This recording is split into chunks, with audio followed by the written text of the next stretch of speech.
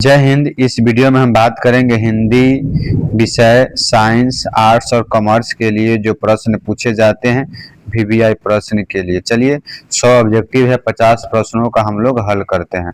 पहला प्रश्न है जो दिया गया आपको कि जो कबर का उच्चारण स्थान क्या है, तो कबर का उच्चारण स्थान आपको कंठ हो जाता है। आप लोग पढ़ चुके हैं और इसके अंत में बताएंगे, कमेंट करें किस प्रकार से वीडियो रहा और कितना आप लोग का ऑब्जेक्टिव सही हुआ। तब कबार का उच्चारण स्थान क्या हो जाएगा, कंठ हो जाएगा। अगला प्रश्न है आपको हिंदी में अनुनासिक वर्णों की संख्या कितनी होती है, तो हिंदी में अनुनासिक जो अनुनासिक होती है उसकी वर्णों की संख्या कितनी होती है, तो हिंदी में जो आपको अनुनासिक वर्णों की संख्या आपको 5 होती है। देखिए अंग, या इसके बाद र, न और म, यह आपको नासिक वर्ण है। नेक्स्ट, संधि कितने प्रकार होते हैं, तो बहुत इजी है। संधि के आपको जो है मुख्यतः 3 प्रकार होते हैं।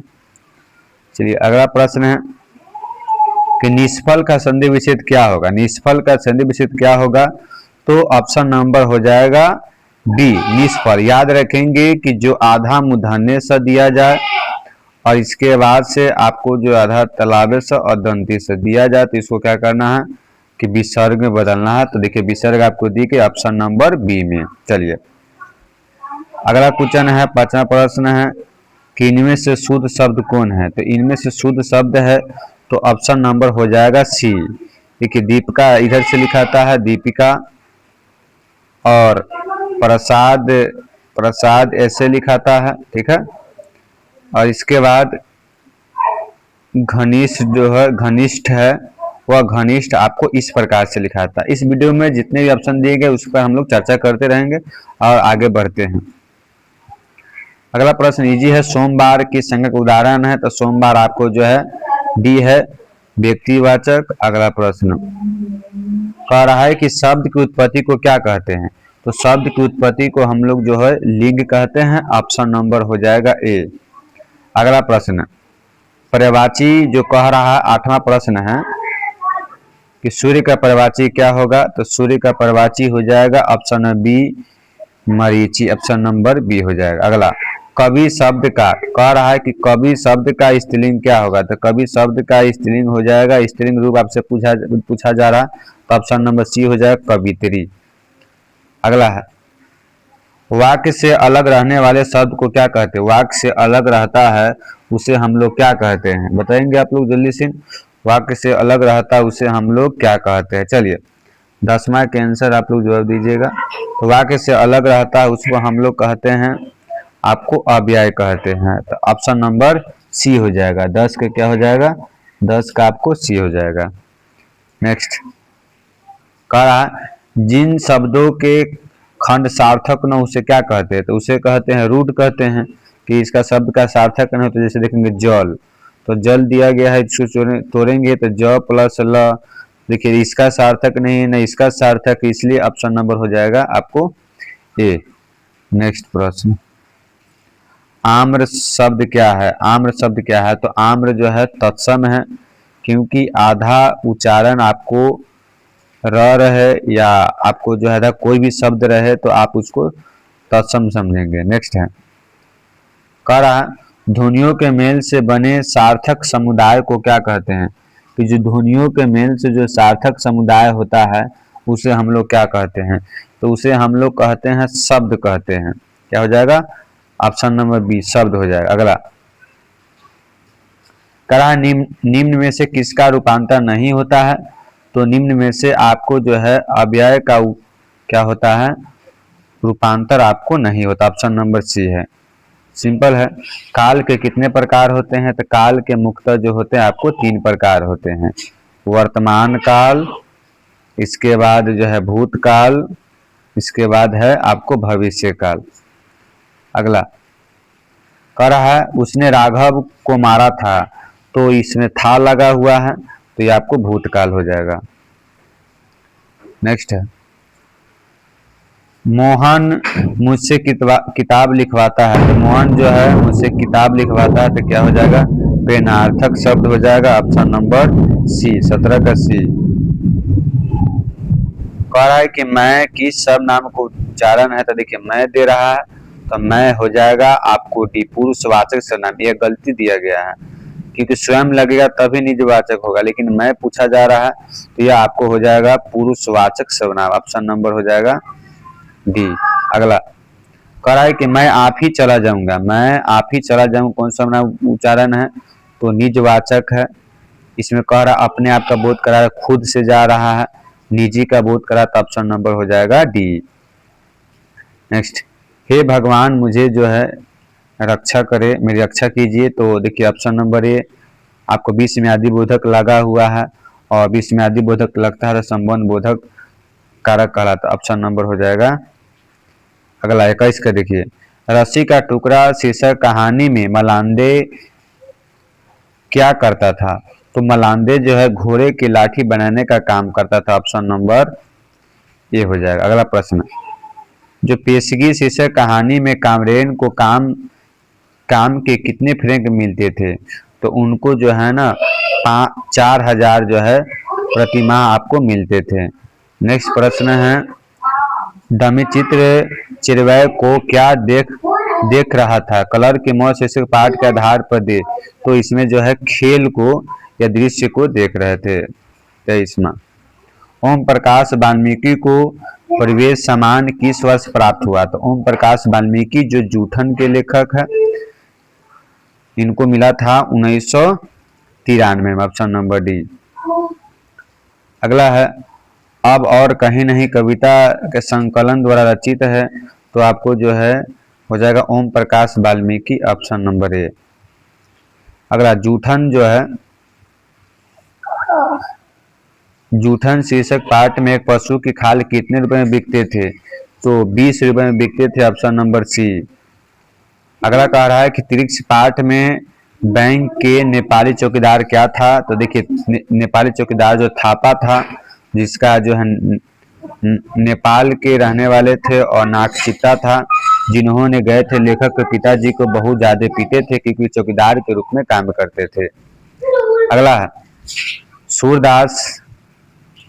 सूरदास किस भाषा के कवि थे, तो सूरदास जो थे आपको ब्रज भाषा के थे, ऑप्शन नंबर सी। अगला क्वेश्चन है, कन्या का अर्थ क्या होता है, तो इसका अर्थ होता है गोद, ऑप्शन नंबर डी। तुलसीदास के माता का नाम क्या था, तुलसीदास के माता का नाम था फुलसी, ऑप्शन नंबर ए। तनुजा शब्द का शब्द क्या हुआ, तनुजा शब्द स्त्रीलिंग शब्द क्या हुआ, सॉरी तनुज शब्द का स्त्रीलिंग रूप क्या हुआ, तो देखिए इसका स्त्रीलिंग पूछा जा रहा है, तो इसका हो जाएगा तनुजा, ऑप्शन नंबर बी। अगला, दौलत कौन सा लिंग है, तो दौलत आपका जो है दौलत आपको स्त्रीलिंग है, ऑप्शन नंबर ए हो जाएगी, गलती है, दौलत आपका क्या है स्त्रीलिंग है। अगला, कलम कौन सा संज्ञा है, तो कलम जो है आपको जातिवाचक है, ऑप्शन नंबर बी आपका बिल्कुल सही है।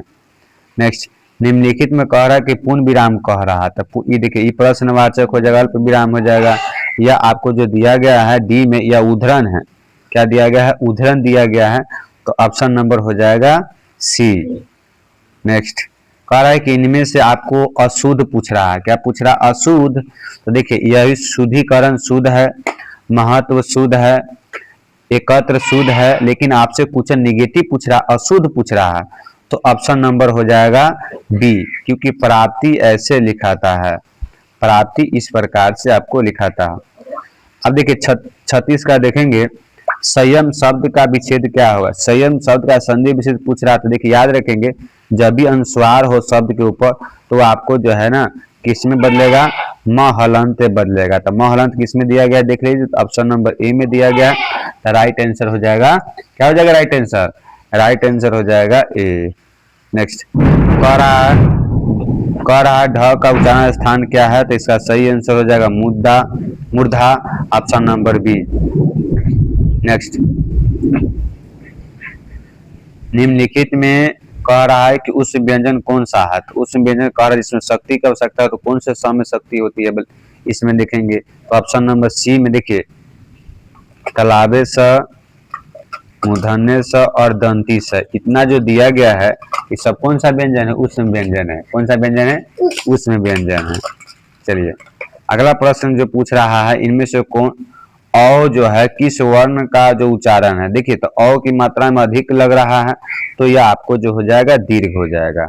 ऑप्शन नंबर हो जाएगा बी। नेक्स्ट कह रहा है कि ढ में कौन सा व्यंजन, देखेंगे यहाँ पर जो ढ लिखा गया है इसमें बिंदु दिया गया है तो इसमें हो जाएगा द्वि व्यंजन। ऑप्शन नंबर हो जाएगा डी, द्वि व्यंजन। अगला बालकृष्ण भट्ट जो थे, 41 क्वेश्चन देखेंगे। बालकृष्ण भट्ट किस युग के साहित्यकार थे, तो बालकृष्ण भट्ट थे ये आपको जो है कौन से युग के थे, भारतेंदु युग। ऑप्शन नंबर हो जाएगा ऑप्शन नंबर ए। अगला उसने कहा था शीर्षक कहानी, जो उसने कहा था शीर्षक कहानी है यह चंद्र शर्मा गुलेरी के द्वारा लिखा गया है तो उसमें जो पोलू राम कौन था, तो पोलू राम जो था एक चौकीदार था। क्या था, चौकीदार था। नेक्स्ट लोकनायक के नाम से कौन प्रसिद्ध हुए, तो लोकनायक के नाम से कौन प्रसिद्ध। ऑप्शन नंबर ए में दे रहा है महात्मा गांधी, बी में दे रहा है लाला लाजपत राय दे रहा, सी में दे रहा जयप्रकाश नारायण दे रहा, ऑप्शन डी में दे रहा सुभाष चंद्र बोस। तो सही आंसर हो जाएगा आपको Jayaprakash Narayan, option number C होगा। नेक्स्ट आगे कह रहा है कि जयप्रकाश नारायण के अनुसार सदानंद जी किस प्रेस के मालिक थे, तो आपको फ्री प्रेस के मालिक थे, ये आपका बी गलती है, फ्री प्रेस के मालिक थे। आगे देखिए ब्रेन ऑफ बॉम्बे किसे कहा गया है, ब्रेन ऑफ बॉम्बे जो कहा गया है उमा शंकर दीक्षित को कहा गया है। ऑप्शन नंबर बी आपका सही है। आगे देखिए रामधारी सिंह दिनकर का जन्म कब हुआ था, तो 1908 में हुआ था, सिमरिया बेगूसराय बिहार, सिमरिया बेगूसराय बिहार में इनका जो है जन्म हुआ था।